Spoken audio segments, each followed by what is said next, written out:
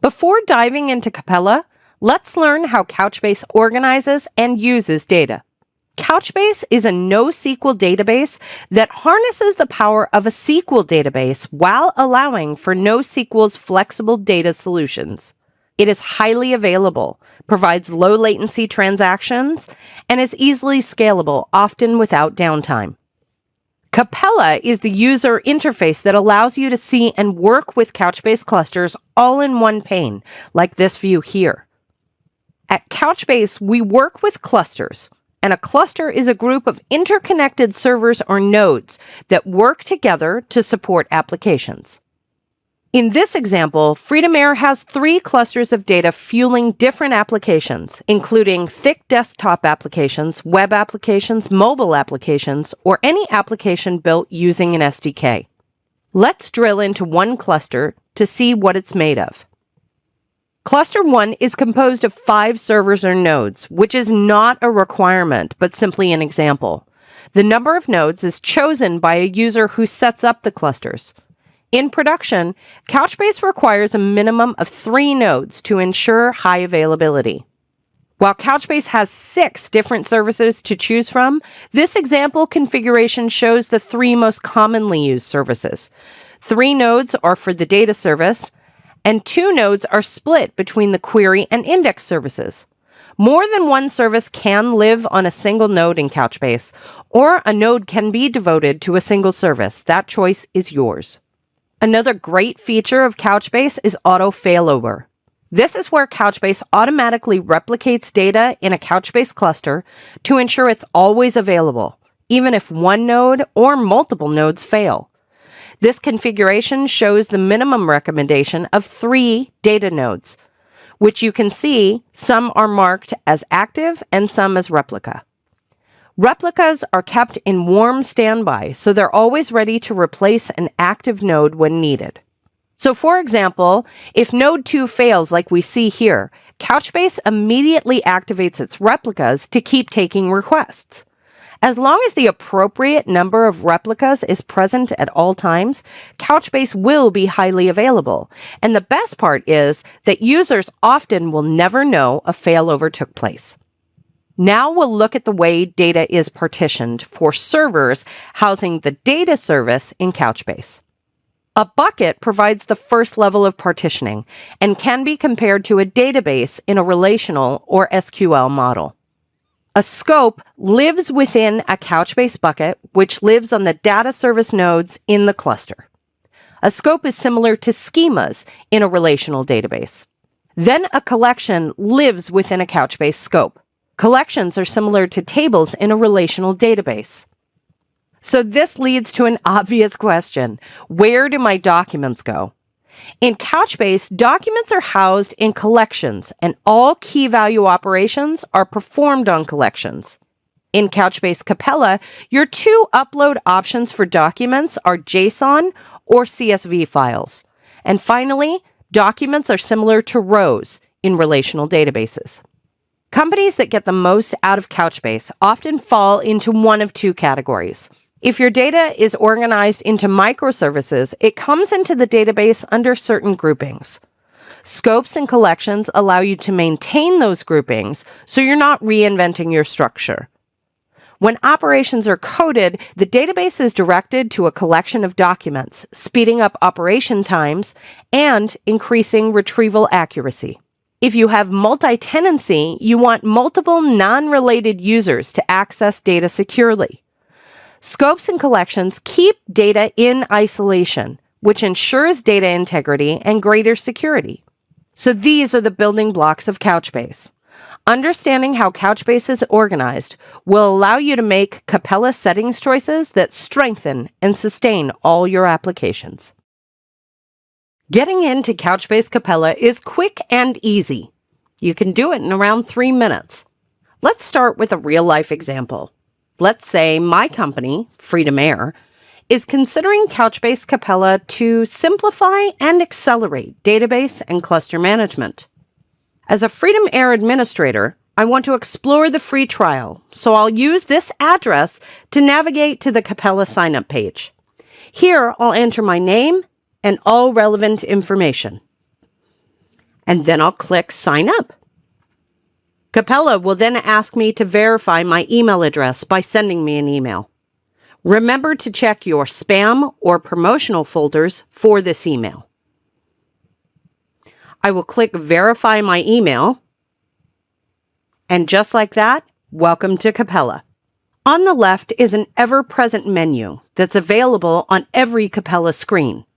Here you'll see Getting Started, Clusters, Projects, Users, and more. Towards the bottom, you can contact support, provide feedback, or view our documentation. For Freedom Air, I'm an administrator who'll need to set up the needed components for my developers to connect web applications to Couchbase clusters using the Capella UI. So here you can see my first choice is geography. In the free version of Capella, my options are Ohio in the US, Ireland in the European Union, or Singapore in Asia Pacific. If your organization needs other regions, you'll want to upgrade to the full access version of Capella, which you can do at any time. And just as a brief aside, it's important that when making this choice, you remember that maintaining low latency can be impacted by the geography you choose. Here is the full range of regions available in Capella, even though our examples show only the free trial options. If your servers are physically in the same region as the region you choose, your latency will most likely be low. However, if the region you choose is far away from your server's physical location, your database's latency will most likely increase, which decreases the efficiency of your application. Returning to the Capella UI, I will choose US, as I'm located in the US, and then I'll scroll down and click Deploy Cluster. Capella will let me know that the cluster has been queued for creation, and just like that, Freedom Air is ready to take off with Couchbase Capella.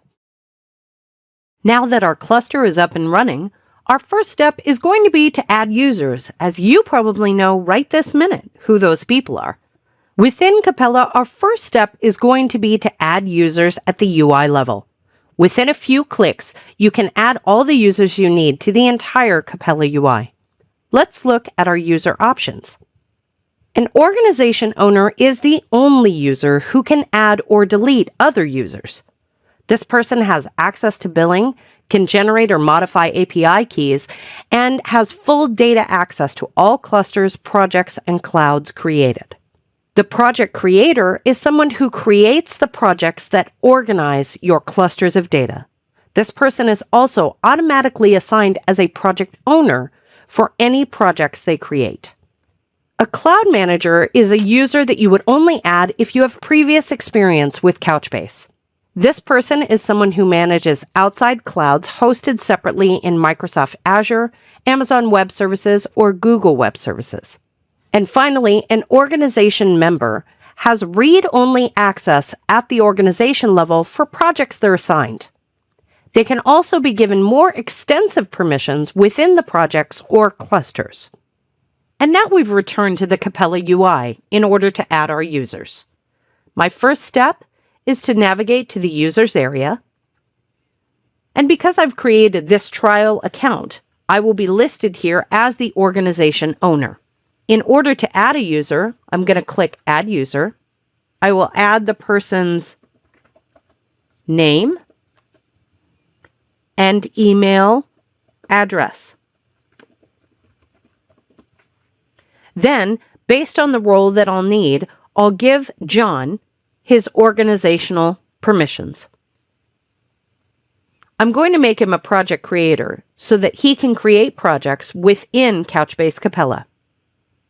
And then I click Add User, and Capella has told me that John Doe was added successfully. He will be listed as pending until he accepts his verification email. Also, it is very easy to delete a user, as all you would need to do within the Capella UI is click on the trash can and type the word remove in order to remove John as a user. Capella again will tell me that John was successfully removed, and I'll need to add all users who will interact with the Capella UI from this area. Now that your organization users have been added, you can add projects to Capella. Think of projects as a way to organize the clusters of data that feed your applications. Projects allow you to keep or adjust your current data structure and strengthen data access security. Here's an example of what the user structure looks like behind the Capella UI. Organization users are first added to Capella. Then projects are created, and users are given the needed permissions to work within each project. Each project can house one or more clusters of data, and a user with access to that project has access to all clusters within the project. So, if I have 5 developers with access to this project on the screen, each developer will have access to all 3 clusters within this project. Making sure you understand this is key to maintaining data security. And it is a best practice to plan out which clusters logically need to be linked within a project. To do this, you may want to gather your team and whiteboard the answers to these 2 questions. Number 1, how are my applications organized today? And number 2, how do I want them to be organized in Capella? When Freedom Air planned out their project structure, they decided to separate projects out by housing applications for airports in Project 1, for flight paths in Project 2, for airlines in Project 3, and for regions in Project 4. This way, they gave access to clusters following current data structures. Let me show you how easy it is to begin creating a project structure in Capella. Just so that you're aware, I've cleared all of the trial information so that we can start with a blank slate for this demonstration.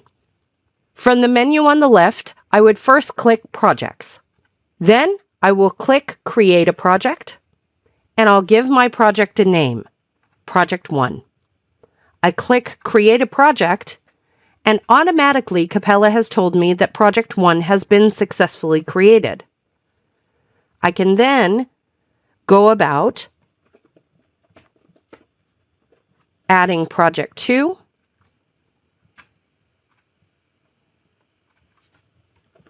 Project 3, and Project 4. To add users to a given project, I will first click on the project name, and here you can see 2 options: the clusters identified as part of this project and the users. We'll click on Users, and I'll need to click Add Users to Project. From here, I'm going to use the drop-down menu, and I'm going to choose the user I'd like to add. Remember, users must first be added at an organization level. If the user is in Capella, they can be selected from the drop-down menu. If the user is not in Capella, they will not be present in the drop-down menu. From here, I'm going to give this user project owner permissions, and I'm going to click Add User. Capella has told me that I've successfully added 1 user, and now Michelle Burns has been given options to work within any clusters within this project. Within the user options were 5 different roles, and I'd like to show you where you'd find out what the capabilities of each of those permissions are. You can do that by clicking on Documentation on the left, then click on Organizations and Access, Organizations, and Manage Users. This is the most up-to-date information about Couchbase Capella supplied by Couchbase. And here you can learn more about the capabilities of each of the users within Capella. I'd also like to make a quick note here that my examples cover multiple projects and clusters, but please be aware that the free trial version of Capella can create many projects, but you can only spin up 1 data cluster. If you need more than 1 data cluster, please upgrade to the full access version.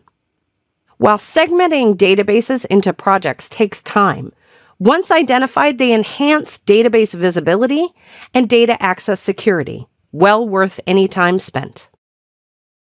With Couchbase Capella's 30-day free trial, you can easily take a Couchbase database for a spin. This section will show you what you get and how to view the data included with the trial cluster. Let's start with an example. As a Freedom Air database manager and developer, I came to Capella to see how Couchbase can handle my needs.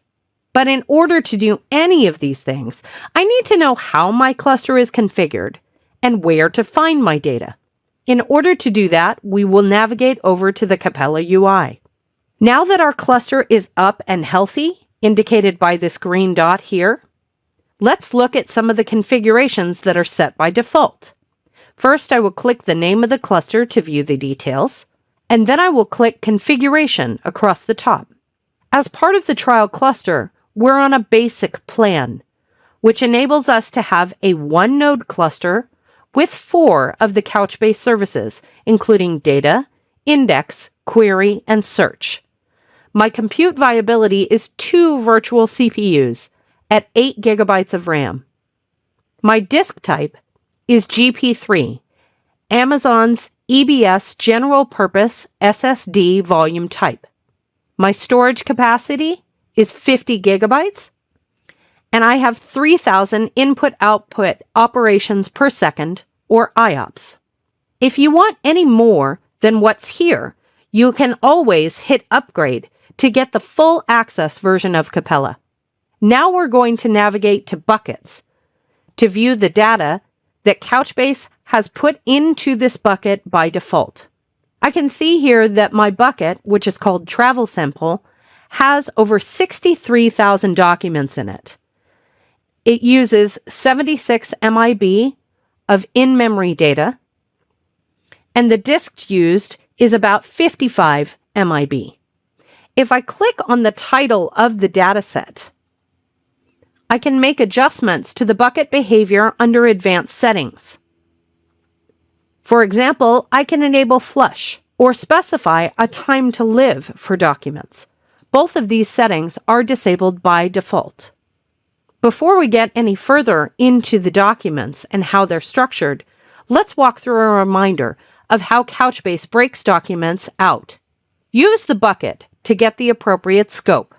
Use the scope to get individual collections and perform queries across the contained collections. Use the collections to perform key value operations on JSON or CSV documents. Remember, too, that each of these segments align with a relational database in this way. Buckets are databases. Scopes are schemas. Collections are tables. And documents are rows. Returning to the Capella UI, where can I find these buckets, scopes, collections, and documents? Within the Buckets tab, I will click on the 3 dots icon at the end of the dataset row here. Now I can see my options for scopes, collections, and documents. I can also delete the entire bucket if I so choose. In order to see the information specifically in each dataset, you can click Documents, and you can see that documents are separated out by the bucket, the scope, and the collection.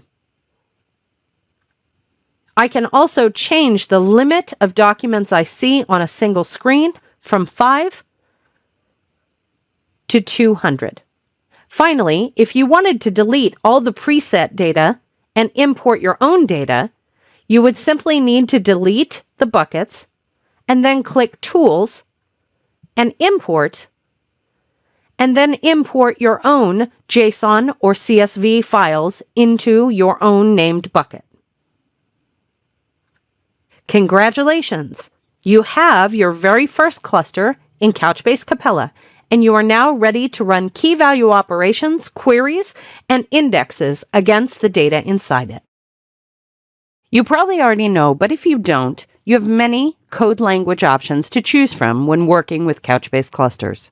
In order to connect your application to the Couchbase cluster housed in Capella, you will use one of the 9 software development kits, or SDKs, that Couchbase supports. To have this conversation, we'll first narrow down the choices and say our example, Freedom Air, is a Node.js shop. Now I'll jump back into the Capella UI, and we'll need to go to documentation so that you can get the most current Node.js SDK. To do that, I'm going to click on documentation, and from here, I'll navigate up to SDKs, and you can see all the options that are present with the most current version available. I'll click on Node.js, and as you can see, there's Getting Started, Working with Data, and a variety of other pieces of information. I'm going to click Getting Started and start using the Node.js SDK. As you read through this information, it's going to be important that you look for the Capella versions of how to connect to a Node.js application. My next step will be to open Visual Studio Code, my preferred IDE or integrated development environment. Visual Studio Code is a free IDE open sourced on the internet. It can be found at code.visualstudio.com/download. In VS Code, I'm developing a Node.js project called app.js, and you could call your project whatever you'd like. I've already downloaded my package.json dependencies, and in order to enter the other Couchbase dependencies into the IDE, I will type npm install Couchbase and hit enter to execute. After the command executes, I can click on Node modules and see that the Couchbase dependencies have been added. Also, I can click on package.json to see the dependency declaration here for the version 3.2.5. And so with that, the dependencies are loaded into the IDE. Now, I know that developers love to have code samples, so I'd like to provide you with a Node.js Connect code that will make it easier for you to connect to Capella. When connecting Node.js, you will, of course, use asynchronous APIs. In this connection code example, you can see that async precedes the cluster method, and the await prefix must be used, or you'll need to work with a returned promise object. And for a Capella connection, you'll need to whitelist the Capella cluster URL seen here to make the connection securely. And there you have it. That's how you can choose an SDK and add the appropriate dependencies so your project is ready and you are up and ready to get coding. You know, we've waited long enough. Let's get Freedom Air's trial cluster connected to Couchbase using Capella. To make life easier, I've pasted an example of the Node.js connection code into our IDE Visual Studio Code. Let's see what we have here. Across the top, the requirement statement allows access to the Couchbase modules. Then we have 4 variables to define: endpoint, username, password, and bucket name. Below that is the connection code. And at the bottom, I've customized this by adding a ping to verify the connection and a console.log to print the ping result. Whether you use these additional lines is totally up to you. Now, where do I get these variable definitions? That'll be back in the Capella UI. So let's go there now. My first step when I'm looking at my clusters is to click on the cluster name to view details. Then I will click the Connect menu. Here is a variety of information I'll use to connect to the Couchbase cluster. But first, I'd like to show you a developer's paradise of information. If I click on SDK examples, you can choose any of the language examples and use this code as a starting point for your application. To close this, I'll click the X. And we're going to copy the endpoint here as that's the first variable that's asked for. Then I'm going to go up to buckets, and I'm going to take note of our bucket name, as that will be required for the connection code as well. I'll navigate back into the IDE, and I'll paste my endpoint address. Then I'll key in travel sample as my bucket name. The other 2 variables I need to define are username and password. It's very important to call out that you will need to add a user with database credentials, which is different from the username and password that you use to sign into the Capella UI. I'll return to Capella. I've returned to Capella in order to add database credentials by clicking Connect and scrolling down to Database Access. By clicking Connect, I can see where we have database access, and I'll click Manage Credentials. From here, I'll click Create Database Credential, and this will automatically list information from users that are added into Capella. In order to make this easier to remember, I'm going to change the username to FA Client App, and then I'll key in an appropriate password. As you can see, Capella will keep track of whether or not you've hit your password requirements, and I'm going to want to take note of this password. Finally, I can make bucket selections, scope collections, and access selections using the drop-down menus. So I'm going to choose the bucket travel sample. I'll focus on all scopes in the bucket, and then I can choose my access of read, write, or read and write. Once I've made my choices, I could add another user by clicking this button here, but I'm good with this one user for now, so I'll hit Create.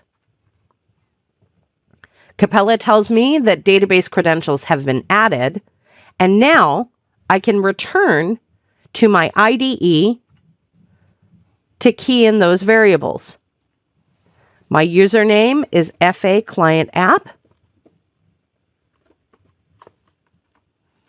and my password is here. The last thing I need to do is make sure that my IP address is whitelisted so that Couchbase can connect to my client application and where it will run from. This connection could be your local PC or possibly an EC2 instance where the app runs. In order to whitelist the connection, I'm going to click the back button, and now I'm again on the Connect menu. I'm going to click Manage Allowed IP, and as you can see, there are no IPs allowed here, so I'll add an allowed IP. I'm going to make a choice whether or not I'd like this to be a temporary ad or a permanent ad, and I'm going to leave it at permanent. Also, because I'm working from my local machine, I can use the button here, add my IP, or I could paste in a different IP address if I'd like to. From here, I'm going to click Add IP, and Capella will tell me that this IP address has been successfully added. Now we're ready to test our connection. We've entered all the variables here, and we'll save the code, and then I'll key in node app.js and hit enter to run the code. As you can see, the ping result has told us that the connection was successful. And there you go. Freedom Air's trial cluster is now connected to Couchbase using Couchbase Capella.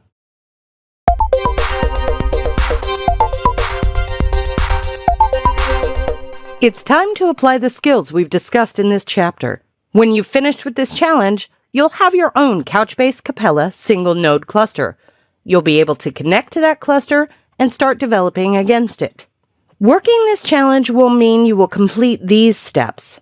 First, go to cloud.couchbase.com/sign-up and sign up for a free trial cluster. This may take a few minutes. Second, view the data that is automatically loaded into that cluster, or, if you prefer, import your own data to work with. Third, add a user under the Database Credentials area of the Cluster Connect menu. Fourth, whitelist your IP address to allow your application to connect to the Couchbase cluster. Fifth, choose whichever IDE, Integrated Development Environment, and Software Development Kit, SDK, you prefer to code with. Look at the exercise files for website addresses for Visual Studio Code IDE, as well as the addresses of where to find any of the 9 Couchbase-supported SDKs. Sixth and finally, enter the appropriate connect code and run your code to show you have connected to your trial Capella cluster. Depending on the setup and download speeds, completing the steps of this challenge should take you no more than 10 minutes. Good luck!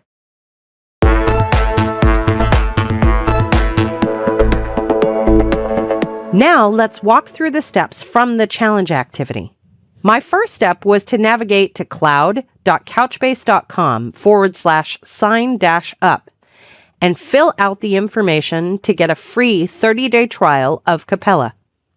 I selected the U.S. geography of Ohio, as that's my only option, and I hit deploy. It took about 7 minutes for my trial cluster to spin up. Once my cluster was healthy, I could see it here on the dashboard. And in order to see the data within this cluster, I clicked on the trial cluster name and navigated up to buckets. From here, I took note of the fact that my bucket name was travel sample, as I'll need that for my connection code. If you added your own data, you would go up to Tools, Import, and then you would import your JSON documents or CSV file as needed. In order to set up the connection, I clicked on Connect, and then I scrolled down to add database access by giving someone database credentials. The username I provided was FA Client App, and then I took note of the password that was added as well by creating database credential. This gives me access to the Couchbase cluster. I also chose my bucket and scope options, as well as read-write access for this particular user. Then I clicked on Back, and my next step was to manage allowed IP addresses.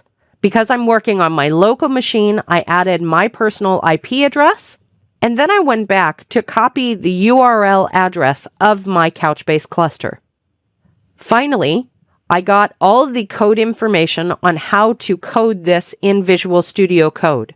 My first step was to add the dependencies, package.json, as well as the Node.js Couchbase dependencies under node_modules.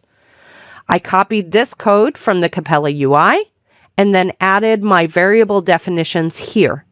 I added a ping result as well as a print instruction, console.log, so that I could see that ping result. And then I saved and then ran the code. And as you can see here, I've successfully connected my Capella cluster to my client application. As a developer, your next step is probably to build out application functionality by coding key value operations. Using a connected Couchbase database, as you can see the code for here, you'll first obtain the bucket and scope, and then you need to remember that key value operations are only completed on a collection. Now we're missing that collection code, and I want to find out some more information so that I know the correct document IDs to test on. To find that, I'll return to Couchbase Capella. From the dashboard of Capella, I'm going to click on the name of our cluster, trial cluster, to view the details, and then I'm going to navigate to Tools. I'll select Documents, and here I have some options. The first drop-down menu is for any of the buckets within this particular section. I'm going to select from the Scopes area and choose Inventory, as that's the scope I'd like to look into, and then I will choose the collection of airline. I'm going to take note of this document with the ID labeled airline_10123. That's what I'll use to test my get operation. And now I'll return back to my Visual Studio Code IDE. And for simplicity's sake, I'll just paste the code I have in. Let's see what I've added. From here, I've added the collection named airline. I've asked for the get result with the await prefix and the get method. My airline_10123 ID is here. Finally, I'll ensure the result is returned as an object using console.log. Now I need to save the code, and I'll run this.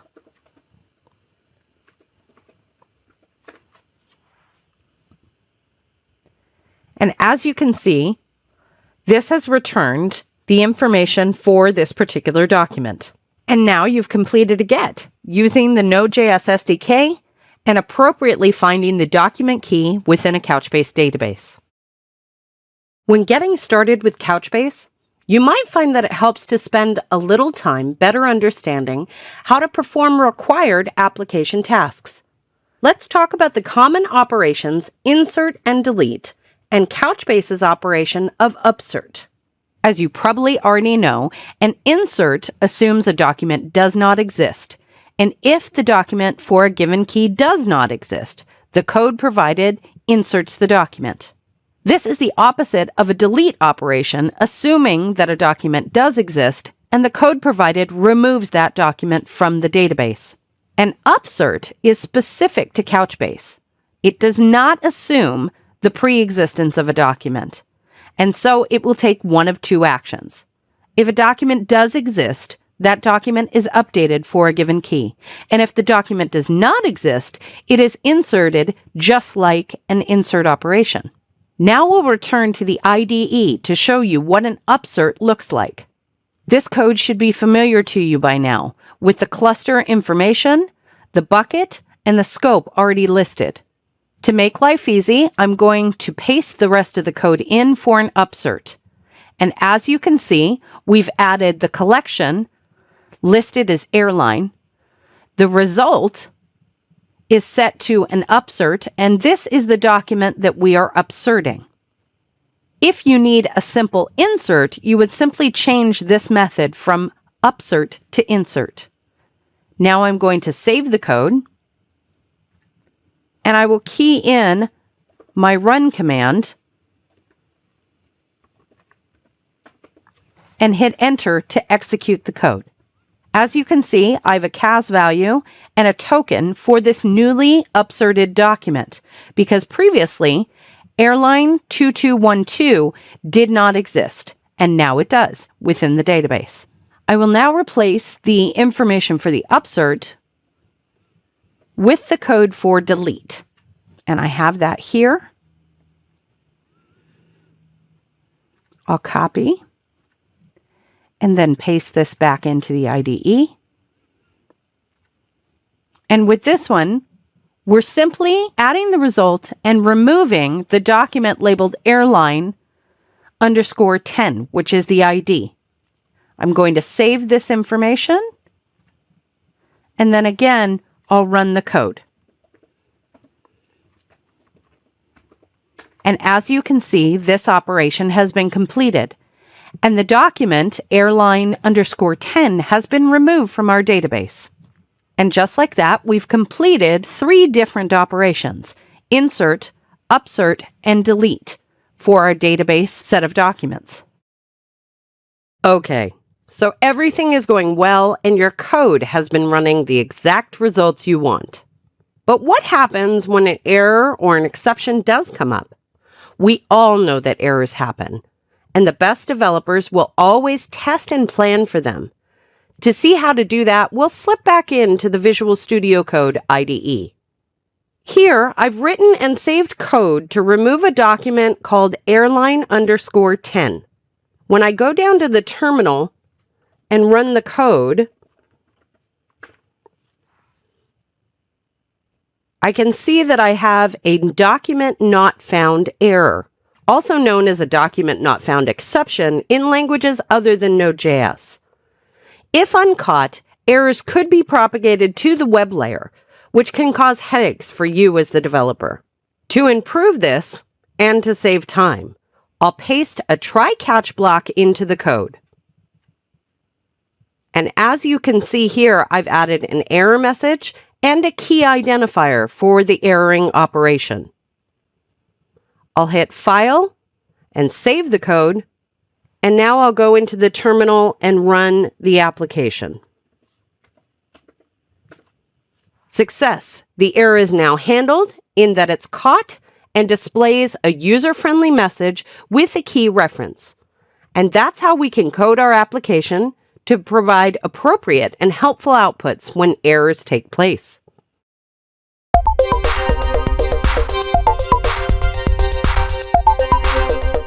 I hope you feel ready and excited to try out the skills we've just discussed by completing this challenge. When you finish this challenge, you'll have working Node.js code for 1, maybe 2 key value operations. If you want to use a different coding language, please reference Couchbase's website on SDKs for more examples. Okay, so this challenge asks you to complete each of these steps. First, Go to Capella to view your cluster's dataset, making note of the names of the buckets, scopes, collections, and document IDs for the data you'll use. Second, in the IDE of your choice, complete one of two key value operations, either get or delete. If you really want a challenge, you can do both. Please note the solution to double-check your work will be in Node.js. Third, change the document key so the operation fails. Fourth, add a try catch block to the operation with the text for catching the error. Fifth and finally, run the code and receive the error information as expected. Depending on your familiarity with the coding options, this should take no more than about 7 minutes. Good luck!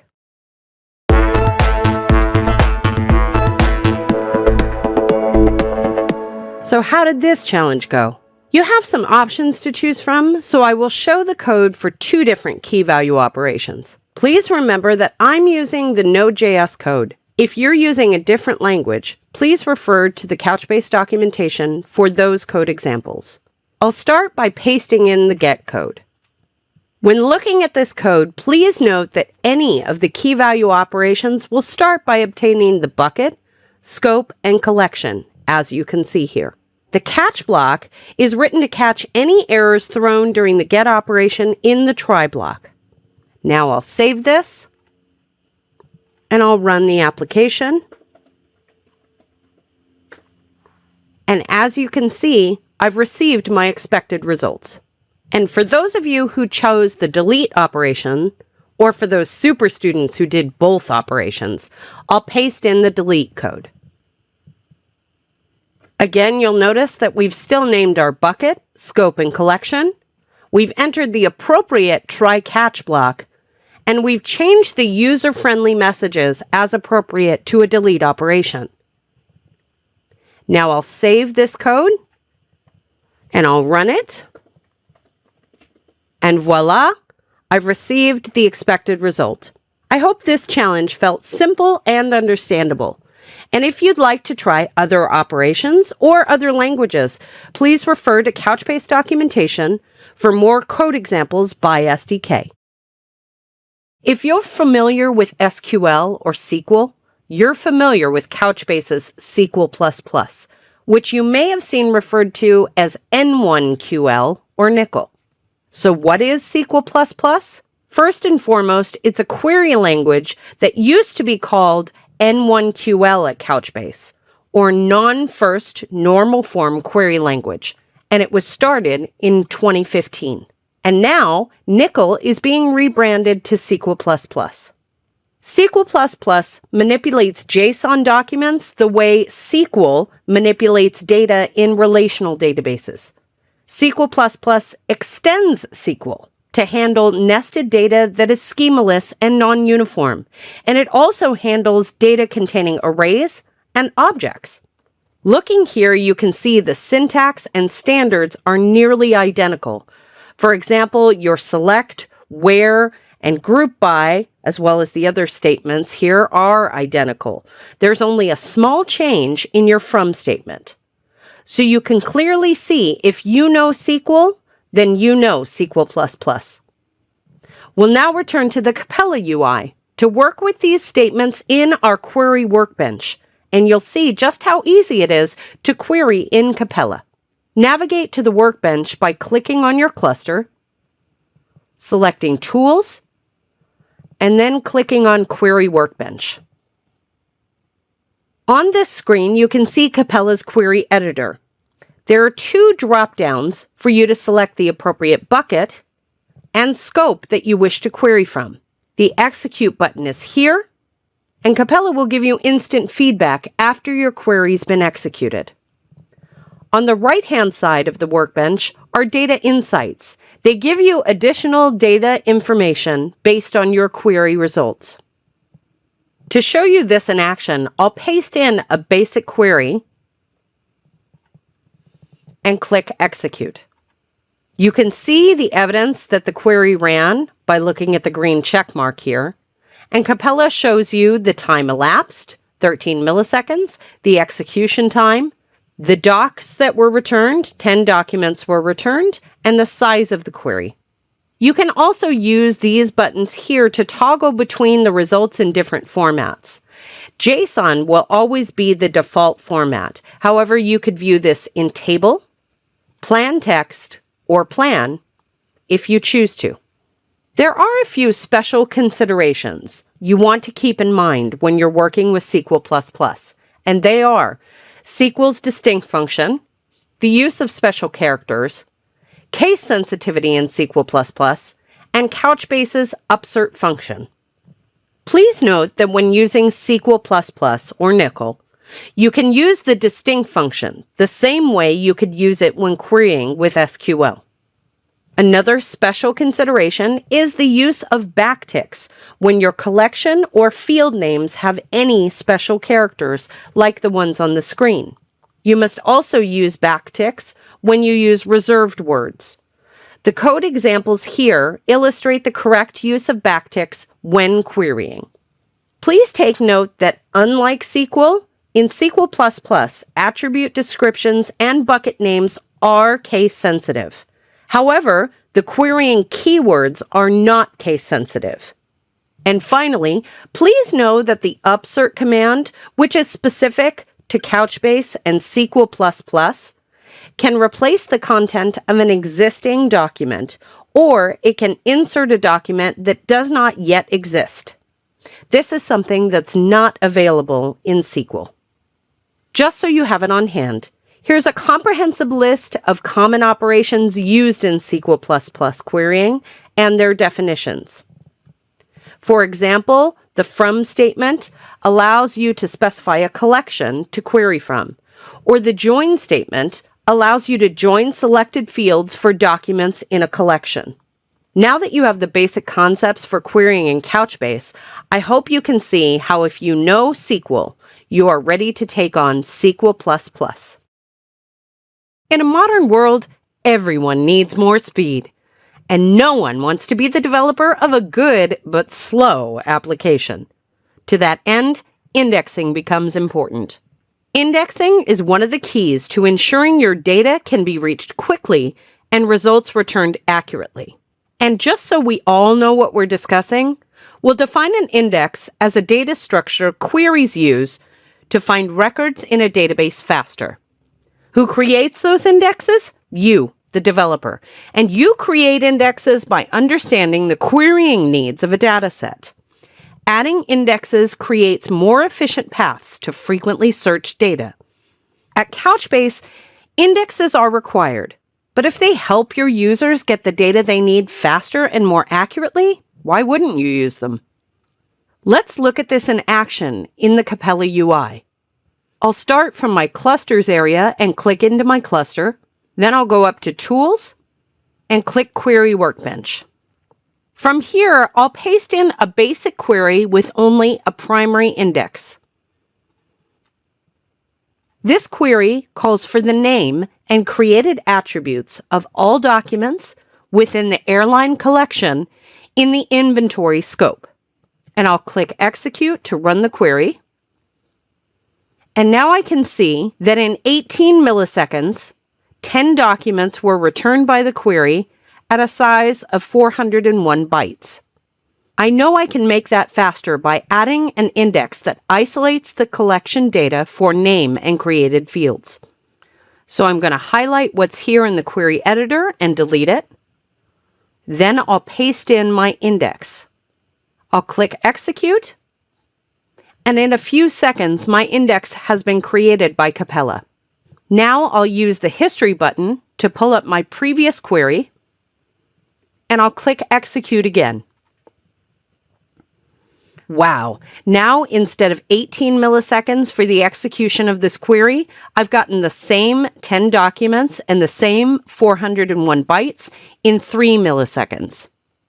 To go from 18 to 3 may sound insignificant, but when thousands of transactions are running every second, the time savings that results in a more efficient querying is highly significant.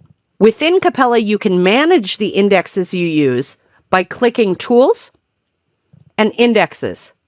From here, you could use the trash can icon to delete the index, or you could drill into the index and open it in the query workbench to make adjustments and execute it again. Partial indexes provide another way to index data to see better querying performance. Looking at the example here, this partial index covers a subset of documents in a collection. It can consume substantially fewer system resources. The where clause, shown here, filters the documents that will be covered by the index. But when making your index choices, as with all things, you must weigh your costs to the benefit and see which one is worth more to you. For example, indexes consume more resources in your database. However, they can directly increase result return time and accuracy. Weighing the benefits versus the costs carefully in order to get the best performance is what all good developers do. And that's how indexing can ensure your queries get your users the information they need quickly and accurately. Setting joins is one clear way to enhance querying. Joins are connections between information in different document sets. They can increase efficiency and make querying more effective. The best strategy when writing effective joins is to let the end result guide the journey. Before completing a join, stop and ask, what information do I want users to see or access? In this example, I'd like users to see more information than what's in one document alone. Let's look at the documents and see what I mean. These two documents have many data points, but on the left, an airline code of airline_137 is probably not familiar to my users. So I'll join the right side document with the key airline_137 to give my users the airline name and other details they might need. Because this is a key value operation and Couchbase is a key value store, no index is needed for this join. But how does this look in the Capella UI? Let's check it out. From my query workbench, I need to remember to first select the bucket and the scope that I'll need for this query. Then to save time, I'm going to paste in my query. And as you can see, the join is included in the query language. I'm joining the collection for route to the collection of airline. And now I'll click execute. And the query will call up all the information in both documents. When a user calls for this information, they will not only see the airline ID, but its name and other relevant information as well.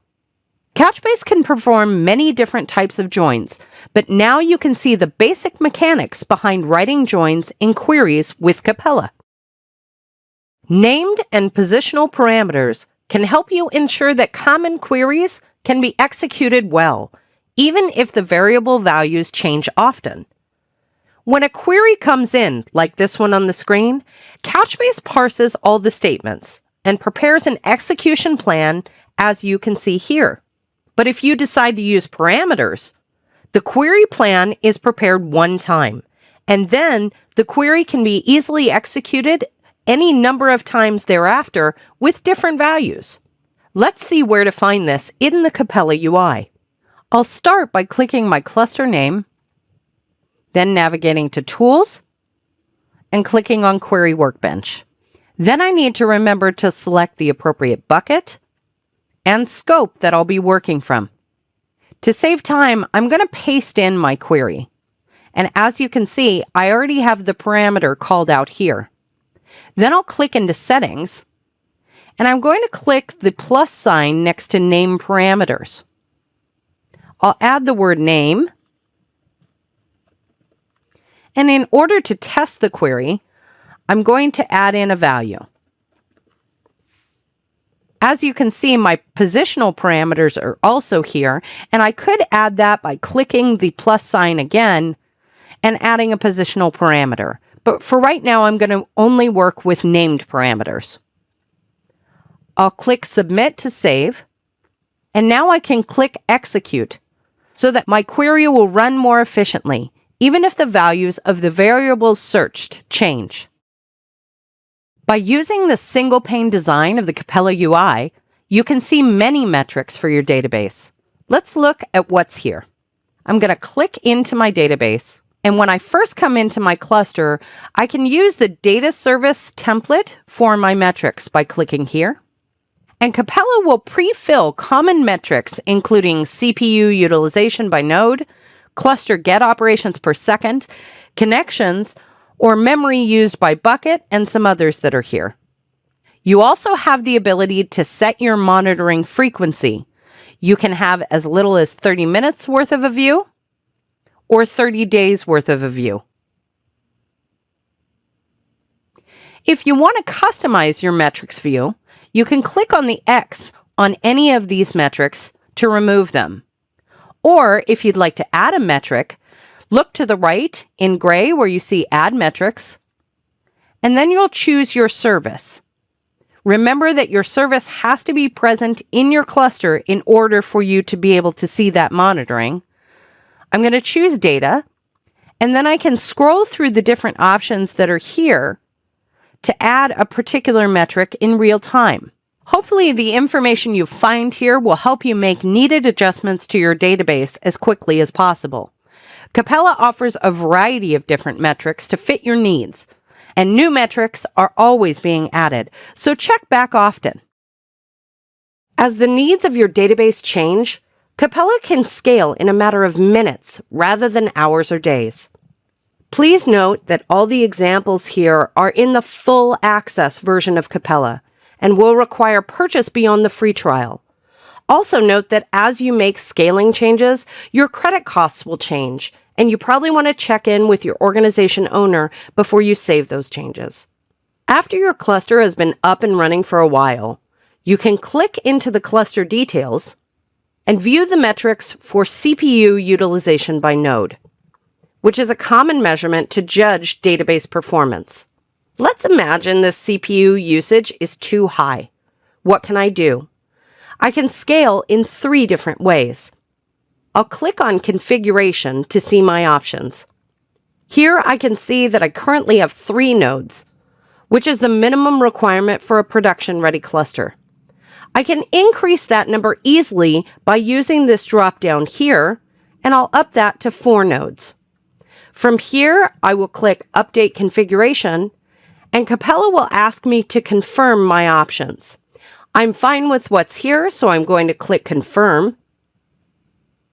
And now Capella has told me that the configuration will be successfully updated and to allow around 15 minutes for the changes to take effect. However, it could take less time than that. And just like that, my number of nodes has been expanded, and my CPU usage will likely go down. Another option for scaling is to utilize the compute feature here. As you can see, we currently have 4 virtual CPUs with 16 gigs of RAM. If I use this drop-down menu, I can see a variety of other options. And let's just say we'll double everything by changing this to 8 virtual CPUs and 32 gigs of RAM. Again, if I make this change, my credit costs will be changed as well. You may want to check in with your organization before you do that. Capella will ask me to update the configuration and then to confirm my choice. Once I do that, Capella will tell me that this could take up to 15 minutes, but again, it may take less time than that. Okay, so in a matter of about 20 minutes, our virtual CPUs have doubled and our RAM capacity has also been doubled. Finally, I can also exercise an upscale in storage capacity by clicking up here or down as needed. Again, our standard is 50 gigabytes, but you can raise that standard as needed. Clicking here, you want to pay attention to the fact that the storage is per node, so keep that in mind. You can update the configuration by clicking Update Configuration again and confirming, and Capella will tell you it takes about 15 minutes again. That time varies. This will also impact your credit amount, so again, you may want to reach out to a member of your organization before you make these changes. With these three options in the full access version of Capella, I didn't manually add or redistribute in order to scale my cluster. I made the selections and allowed Capella to automatically make the needed adjustments in minutes rather than in hours. All the while, my users have had access to my database. Database security and availability are at the top of any manager's priority list. That's why database replication, another feature of Capella, is so helpful. Please note that when using this feature, you'll be required to purchase the full access version of Capella beyond the free trial. Also, adding replication may change your credit costs, so you probably want to check in with your organization owner before you save these changes. What is replication? It's having two copies of a database in two different locations to ensure that if one goes down, the other can take its place quickly and without user interruption. Let's jump into Capella to see where we can find this feature. First, I'm going to look at my clusters that I see here on my single pane dashboard view. It's important to note that you must have the original and the replication clusters created prior to getting started with replication. Here you can see I have Freedom Air 1A, and that's listed in the United States in the state of Oregon. And then I have my replication cluster as Freedom Air 1B. That will be in the European Union, in the country of Ireland. So the geographic location of the server will hopefully ensure one cluster outage is not impacted by the other. I'm going to click into my Freedom Air 1A cluster, and then I'll select Replications. From here, I'll start my replication by clicking Setup Replication. I have some options to choose from. The first is a one-way replication or two-way. I'm going to leave it as one-way for now. Then I'm going to choose the clusters that will be replicated. Freedom Air 1A is selected because that's the cluster I clicked into. I will use the drop-down menu to choose the other cluster. And it's important that if you didn't create the cluster in the previous step, you won't see this other cluster in the drop-down. From here, I now can select the buckets to work from as well. I'm going to choose my source bucket, and then it's important that your target bucket has the same labeling as your source bucket in order for the replication to complete. I'm going to click Next. And from here, the collections have the same requirement. Scopes and collections that do not exist on the target cluster with the same names will not be replicated. I'll click Next, and I could set filters if I'd like to, but for now I'm going to stick with the defaults, and I'll click Next again to go to the settings, and I can make the choices here, but for right now I'm going to stick with my defaults. From here, I will click Setup Replication, and Capella will tell me that this replication is currently taking place. It's important to note that Capella will ensure operations conducted during the time of replication are completed. As soon as the replica database is available, the operations that took place during the setup time will complete. And just like that, Capella has let me know that the replication has been added. My database is replicated and available in case a node or cluster fails. Capella has automatically made all the adjustments to ensure my two databases are synchronized.